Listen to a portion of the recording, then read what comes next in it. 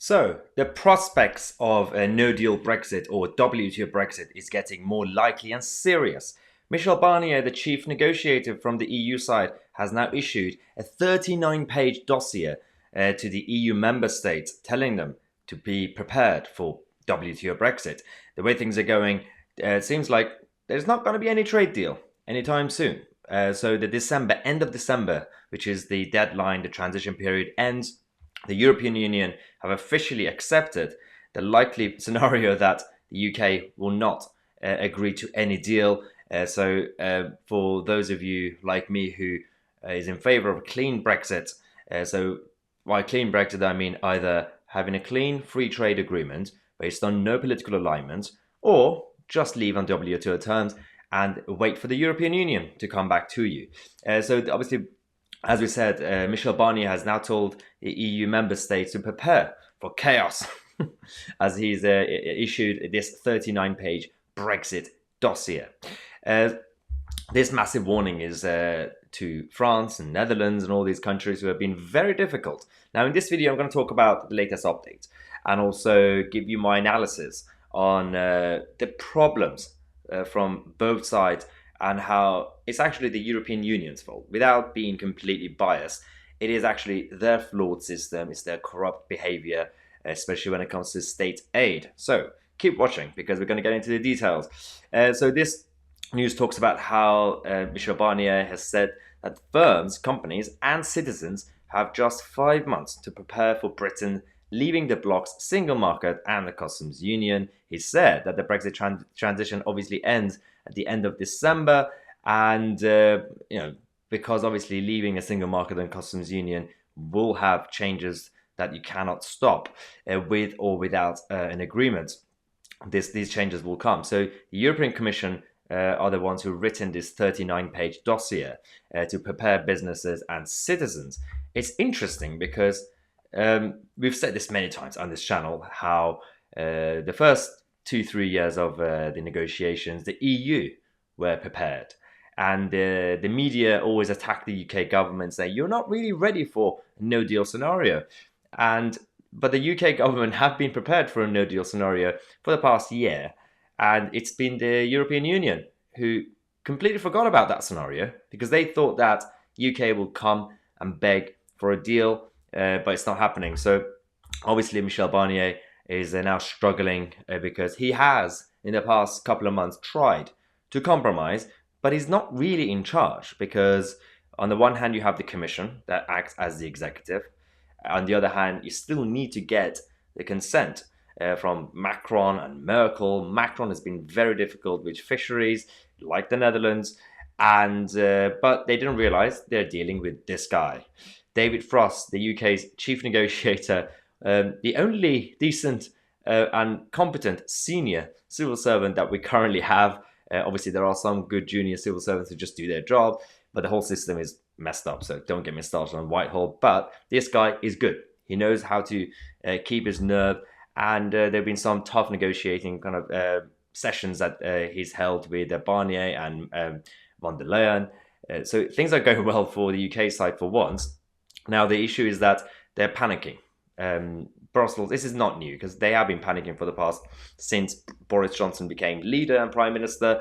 But Michel Barnier, once again, is trying his best to avoid a no deal scenario. He's come back with a new proposal because the original red lines were level playing field has to be there fully, which means, we can't really, if we agree to it, the UK won't be able to freely sign trade deals with other countries because we have to politically align ourselves with the EU.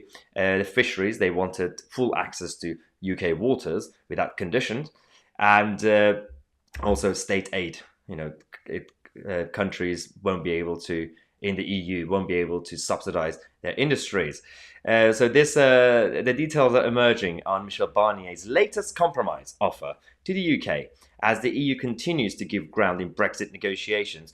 It's funny because I said this last week. There are a number of fake reports coming out saying that the UK and Boris Johnson's government are selling out because we're going to have 60% Brexit. It doesn't work that way, negotiations. It's just negotiating tactic in terms of the red lines and compromises.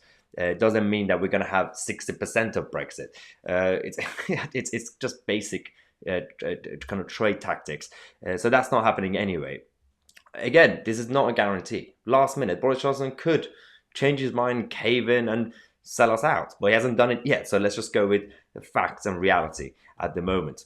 Now, instead of tying the UK into the EU regulations and rules, Mr. Barnier will present a hybrid model, using an arbitration board to determine each individual case.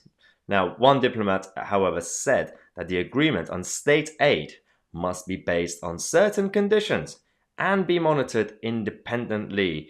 They said that there must be a solid framework with independent oversight. So let's talk about state aid. As I said, this is a part of the EU, kind of the foundation of the European Union. Countries aren't really supposed to be randomly subsidizing their industries or nationalizing their industries because they say it's unfair when it comes to this common market or single market. There has to be a level playing field.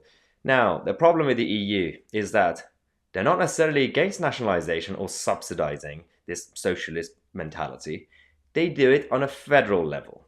So, for example, they say that the UK government cannot intervene into, for example, any industry that we have, whether it's transport or what we like trains, or especially agriculture and farming. Yet, the same European Union obviously says the same thing to the French government, but on EU level from Brussels, they constantly subsidize and intervene in the French farming industries and agriculture to help them. That's a loophole. This system is corrupt. So when the UK becomes an independent country, the UK government aren't supposed to be helping the farming industry, but Brussels will be helping the French farming industries and other countries too, or the Italian wine industry. This makes no sense. The system is flawed. These people are corrupt, and so in terms of the state aid and other things, so they said that we would reserve the right to decide on any consequences vis-a-vis access to the single market for UK companies as a result. So that means that, to an extent, they give access to some, as well as state aid. Fishing rights also remain an area of divergence between the two sides. The EU wants an agreement similar to what is currently in place. The UK don't want to be part of the common fisheries policy. The problem is what they want is they know they can't have full access to UK waters unless Boris Johnson changes his mind last minute. So they want to provide this hybrid model, which means they will technically have access under some sort of conditions. It still doesn't work. You have to go with what David Frost has presented, that if you want any partnership and cooperation when it comes to UK fisheries, it has to be beneficial, mutually beneficial, just like any other country that trade with each other. The UK side have been very quiet until recently. Grant Shapps, the Transport Secretary, has now come out and said that he wouldn't put money on the possibility of getting a trade deal at this point. So a senior member of the cabinet has now said that he doesn't believe that there will be a trade deal. So this is their way of preparing the country, and also it might also be the the bluff for the negotiations to scare the EU, which is actually working at this moment. Now, it's because Brussels, again according to the Express, have found out that they can't compromise in terms of having Boris Johnson to agree with anything that they say. They finally understand this reality. Took them a few months, but it's actually happening. And the reality is that it is one of the few areas that this government are actually doing really well. As you know, I've been criticizing the government on a number of fronts, but when they do good things, you have to praise them. So on this issue, they're very good. And but we'll obviously keep you guys posted because you don't really hear any of this on the mainstream media. So thanks again for watching. Make sure to subscribe to the channel, click on the bell next to it so you get notified. Otherwise, sometimes the videos don't come up on your timeline. And if you want to support the channel, if you want us to continue our work every day, become a member. Go on the link in the description or youtube.com patreon.com/mytc/join. You'll get a lot of perks and benefits, extra content, weekly Q&As and everything else. Again, as usual, for the members who keep asking how they can have access to these videos, if you're a member, the videos will come up on the channel anyway. If you're not a member, you just won't see those videos. But make sure to check the community tab, the community page on the top of the screen on the channel. I also post the members only videos there, so that you guys know which one is which. But thanks again for watching. I'm MyTC, and I'll see you guys in the next video.